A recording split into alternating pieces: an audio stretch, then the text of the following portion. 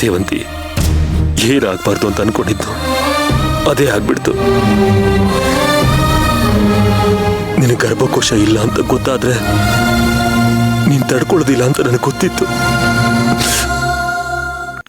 ಅದಕ್ಕೆ ನಾನು ಈ ವಿಷಯನ ನಿನ್ನಿಂದ ಮುಚ್ಚಿಟ್ಟಿದ್ದೆ. ಆದ್ರೆ ಮನೆಯವರೆಲ್ಲರ ನಿರ್ಲಕ್ಷ್ಯದಿಂದ ನಿನಗ ವಿಷಯ ಗೊತ್ತಾಗೇ ಹೋಯ್ತು.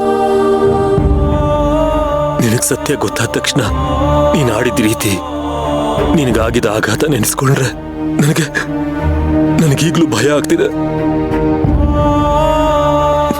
ನನಗೆ ಬೆಳಗಿನ ಜಾವ ಬಿದ್ದಿದ್ದ ಕನಸು ನಿಜ ಆಗೋಯ್ತು ಸೇವಂತಿ.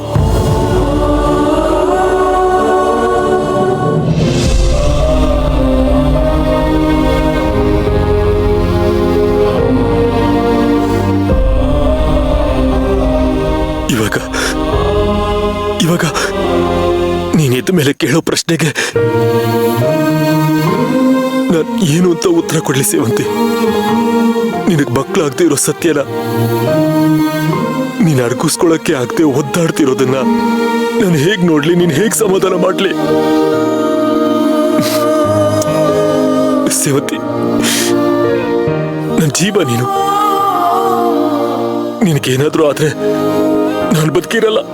ನೀನಿಲ್ದೆ ನನಗೆ ನಾಳೆಗಳೇ ಇಲ್ಲ ಸೇವಂತಿ. ನನಗೆ ನೀನ್ ಬೇಕು, ನನಗೆ ನೀನ್ ಬೇಕು ಸೇವಂತಿ, ನನಗೆ ನೀನ್ ಬೇಕು.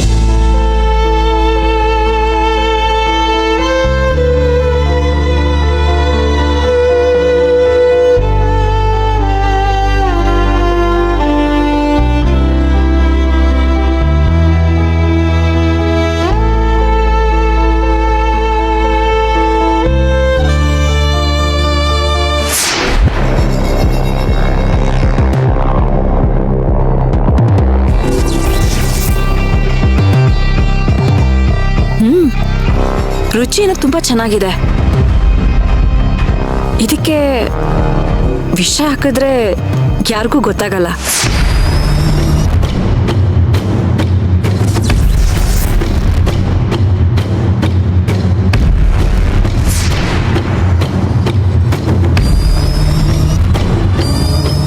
ಸೇವಂತಿ, ಇವತ್ತಿಂದ ನಿನ್ನ ಅಂತ್ಯ ಶುರು.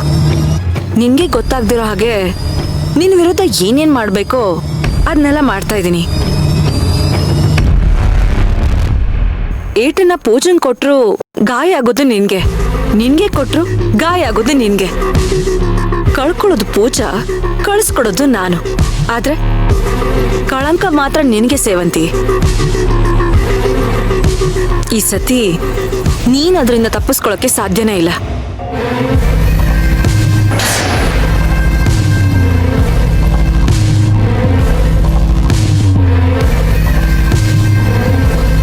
ಏಯ್, ಆ ಹಾಲು ತಗೋಬೇಡ. ಇದು ಪೂಜನ್ಗೋಸ್ಕರ ಪ್ರೋಟೀನ್ ಪೌಡರ್ ಹಾಕಿ ಮಾಡಿರೋ ಹಾಲು. ಇದನ್ನ ತಗೋ.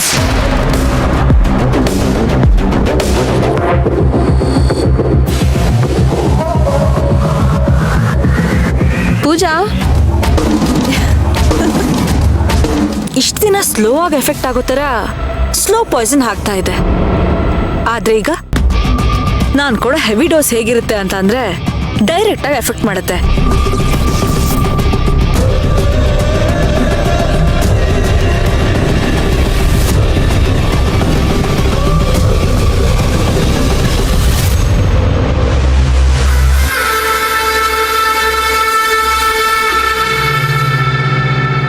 ಹೇ ಪೂಜಾ, ನೀನ್ ಹೊಟ್ಟೆಲಿರೋ ಮಗುನ ಆ ದೇವ್ರು ಬಂದ್ರು ಕಾಪಾಡಕ್ಕಾಗಲ್ಲ. ಏನು ಸೇವಂತಿ ಕಾಪಾಡ್ತಾಳ? ನೀನ್ ಬಡ್ಕೊಂಡ್ ಸತ್ರು ಈ ಮನೇಲಿ ನಿನ್ನ ಕಾಪಾಡೋದಕ್ಕೆ ಯಾರೂ ಇಲ್ಲ. ನಿನ್ ಮಗು ಈ ಪ್ರಪಂಚ ನೋಡಲ್ಲ ಕಣೆ. ಯಾಕೆ ಹೇಳು? ನೋಡೋದಕ್ಕೆ ನಾನು ಬಿಡಲ್ಲ. ಎಲ್ರೂ ದೇವ್ರ ದರ್ಶನ ಮಾಡ್ಕೊಂಡ್ ಬರೋದ್ರೊಳಗಡೆ ನಿನ್ ಮಗುನ ದೇವ್ರ ಹತ್ರ ಕಳ್ಸಿರ್ತೀನಿ. ಆ ಆಪಾದನೆನ ವಾಪಸ್ ಸೇವಂತಿ ತಲೆಗೆ ಹಾಕ್ತೀನಿ.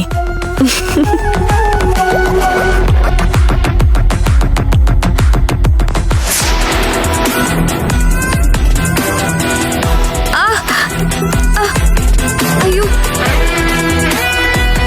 ಏ ಪ್ರಿಯಾ, ಬೇಗ ಆಚೆ ಬಾ. ಅಯ್ಯೋ ಪೂಜಾ, ನಿಧಾನ. ಸೇವಂತಿ, ಅವತ್ ನೆಟ್ಟಿದ್ ವಿಷದ ಬೀಜ ಇವತ್ತು ಹೆಮ್ಮರವಾಗಿ ಫಲ ಕೊಡ್ತಾ ಇದೆ. ಆ ಸೇವಂತಿ ಬದುಕಲ್ಲಿ ಬಿರುಗಾಳಿ ಎದ್ದಿದೆ. ಇನ್ಮೇಲೆ ಜಯ ಏನಿದ್ರು ನಂದೆ. ಡಾಕ್ಟ್ರು ಬರೀ ಪ್ರೋಟೀನ್ ಪೌಡರ್ ಮಾತ್ರ ಚೆಕ್ ಮಾಡಿಲ್ಲ. ಅವತ್ತು ನನ್ನ ಹೆಂಡತಿ ಏನೇನು ತಿಂದಿದ್ದಾಳೋ ಎಲ್ಲನೂ ಚೆಕ್ ಮಾಡಿದ್ದಾರೆ. ಪೂಜನ್ ಬಾಡಿಲಿ ಇದ್ದಿದ್ದ ಕೆಮಿಕಲ್ಸ್ಗೂ ಆ ಪ್ರೋಟೀನ್ ಪೌಡ್ರಲ್ಲಿ ಇದ್ದಿದ್ದ ಕೆಮಿಕಲ್ಸ್ಗೂ ಮ್ಯಾಚ್ ಆಗಿದೆ.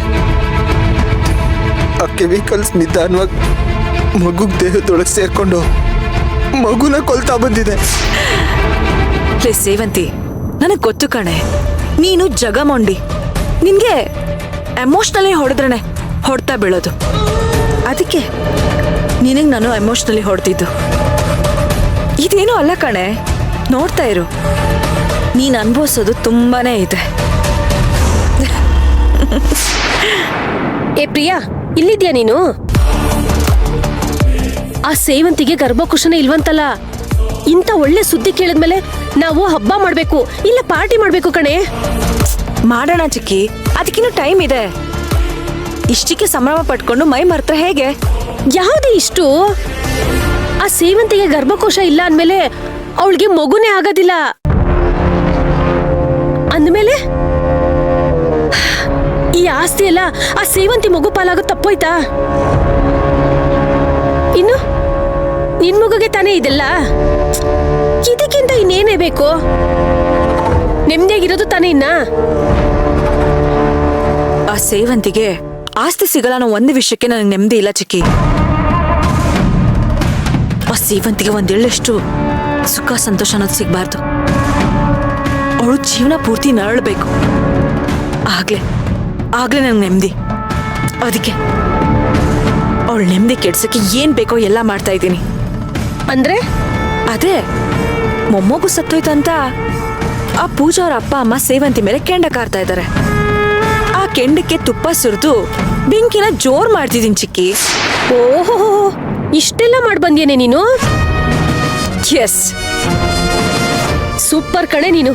ಚಿಕ್ಕಿ, ಇಷ್ಟ ದಿನ ಸೇವಂತಿಗೆ ಪುಣ್ಯ ಜಾಸ್ತಿ ಇತ್ತು ಅಂತ ಅನ್ಸುತ್ತೆ. ಅದಕ್ಕೆ ನಾನು ಏನೇ ಪ್ಲಾನ್ ಮಾಡಿದ್ರು ಅದು ವರ್ಕ್ ಆಗ್ತಾ ಇರ್ಲಿಲ್ಲ. ಆದ್ರೆ ಇವಾಗ ಪವರ್ಫುಲ್ ಆಗಿ ವರ್ಕ್ ಆಗ್ತಾ ಇದೆ.